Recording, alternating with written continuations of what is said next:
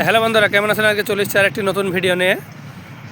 তো আজকে যে ব্যাপারে কথা বলবো রাজনীতি নিয়ে। রাজনীতি হচ্ছে 2026 ইলেকশনে, আপনারা জানেন বাংলাতে সম্ভবত মে या জুন মাসে ইলেকশন হবে।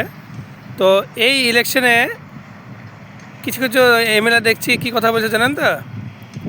নাম নেব না আমি, বলছে যে ধর্ম খাতরে মে হে, আর বলছে হিন্দু খাতরায় আছে, মুসলিম খাতরায় আছে। আরে ভাই, নিজের দেশে নিজে কী করে খাতরায় থাকে? কারণটা বুঝেন ভালো করে। এসে বলছে আপনার মন্দিরটা করবো, এসে বলছে আপনার মসজিদটা করবো। আপনি পাক্কা বুঝে যাবেন এ কোনো উন্নয়ন করার জন্য আসেনি, এ হিন্দু মুসলমান করাবে আর নিজের কুর্সিটা ঠিক রাখবে। বুঝতে পারছেন তো? তো যাই হোক, এখন ভিন রাজ্য থেকে প্রচুর মানুষ আসবে।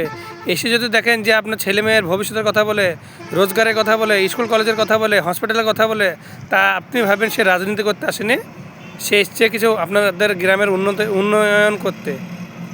বুঝলেন তো? আজ যদি এসে বলে যে এসে আপনার এই মন্দিরটা ঠিক করব, আপনার এই মসজিদে টাকা দেবো, তা ভাববেন পাক্কা এসছে ধর্ম লড়াই করে লাগাতে। বুঝলেন তো? এইসব নেতা থেকে দূরে থাকবেন আপনারা। আর আপনারা যে সতর্ক, বাংলার মানুষ প্রচুর সতর্ক, আমি সেটাও জানি। বাংলার মানুষ হিন্দু মুসলমান চায় না। বাংলার মানুষ সুভাষচন্দ্র দেশের মানুষ। বাংলার মানুষ প্রচুর